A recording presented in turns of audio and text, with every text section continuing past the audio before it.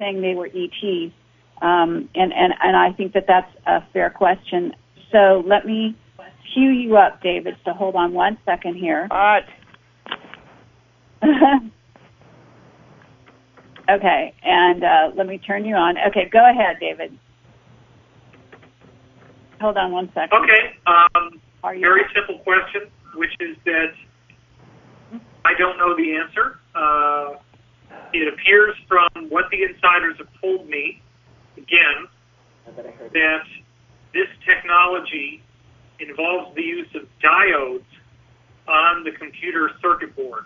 Specifically, what has to happen is you have to create a backflow. In order to understand how this works, diodes are circuits that normally are intended to make sure that current only flows in one direction. They're a one-way gate. Current goes one way but not the other way.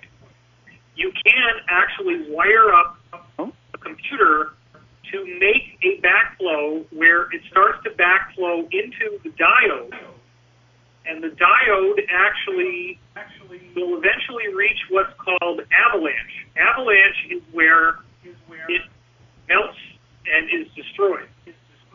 What I've heard from a guy who definitely knows what he's talking about is that you have to blow it to 10% towards avalanche by using a backflow. And when this happens, it's all sorts of screechy, weird informational stuff that comes out in the form of these fluctuations in the electrical current that can be detected by the signal that comes off of that backflow. And that scrambled information that comes in from the diode actually does contain the data from the quantum medium or from the torsion fields, which can include computer programs. And so you have actually this guy in Germany, Dr. Hartmut Müller, who's demonstrated a technology where he transferred a 10-gigabyte hard drive with all of the contents on it using what he calls the gravitational field. And he uses it in terms of gravitational standing waves, but he was able to transfer 10 gigabytes that way and actually have voice conversations.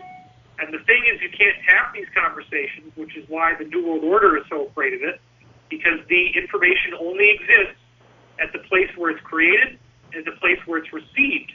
And here's the thing.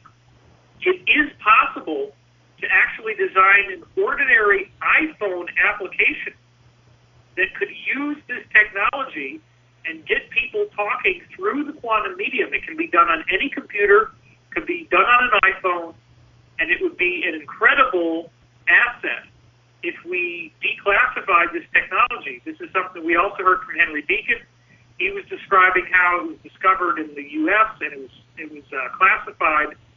So apparently what has happened is, according to what Fulford is saying and according to what the other insiders that I'm in contact with have said about Stuxnet, this is a virus that retools an ordinary desktop computer, creates a backflow in the diodes, gets them a 10% avalanche, wherein they then become available to the quantum medium. The quantum medium and the fluctuations in the quantum medium can then be translated back into digital information that actually rewrites the virus as it goes along and allows it to change itself and to adapt itself to what's going on. So all I can say from here is that my understanding is that the ETs wrote this virus. There was a massive panic in the insider community because all their computers had it. Almost everybody we knew on the inside, everybody I knew, had to go through hell to try to get rid of this virus from their system. And they don't know if this is the only one. There might be others. They really have no defense against this. The diode is a very small component. There's many, many, many of them on a motherboard. So there's no way to tell if this is being used until it's actually, the weapon is fired. And so it appears that the ETs are responsible for the use of this technology. It appears that the name of the virus translates as US Next. And again, it appears this virus has gotten into all of the different classified computer systems. And what it's basically done is completely deactivate the ability for them to do the false flag alien invasion. Okay, David. Very interesting. Sorry, I'm mesmerized. No. I would say that that's a very interesting answer. I think you even gave the questioner more than he bargained for there, and I'm going to move on to the next question. And cue up Bill here. Bill, this person is asking, why does your insider think 2012 is a non-event, so to speak? And one moment here while we get Bill on the air. Okay. Bill, you are unmuted now. Can you speak? I'm unmuted. Can I speak? You betcha. All right. The whole thing about 2012 is worthy of a teleconference in its own right, in itself could go on for days and days. It's always been my contention that 2012 is a distraction, meaning I believe, and I say this with honor and respect because I believe he's no longer with us, and his name has been cited by many out of context. But but to put it colloquially, I would say that Terence McKenna has got a lot to answer for here. I think that that the time wave zero concept was seized upon and amplified and distorted and magnified and used to create an enormous amount of noise through which the signals were made incredibly hard to hear. I was told by somebody I was speaking to literally just yesterday, he says he has been in the room with people of significant influence in global affairs. I'm choosing my words very carefully here.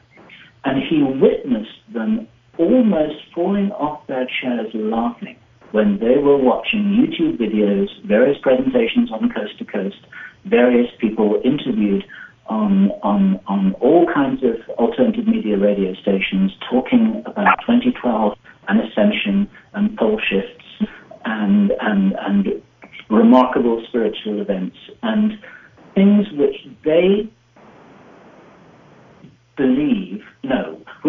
which they have successfully injected into the alternative media to muddy the waters.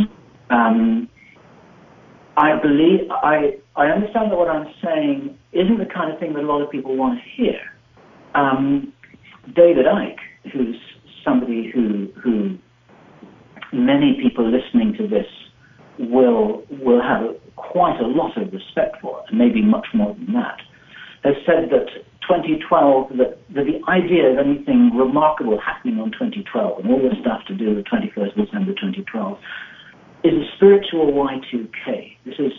Those were his own words, I believe, talking about it's the new Y2K. That is my own view. I've been told that the controlling elite have successfully sown those seeds in the alternative media in order to muddy the waters, and that the story really is rather darker than that. It's not like anything wonderful is going to happen on a particular day. It's more like, actually, we need to pay attention to a lot of things that may happen sometime that are not necessarily in our own best interests, and in the meantime, this is very much a sugar pill that we're being asked to swallow that contains nothing in it.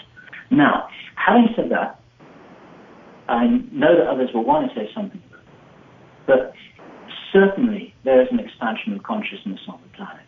Certainly, I completely agree with what David is saying, quoting statistics like the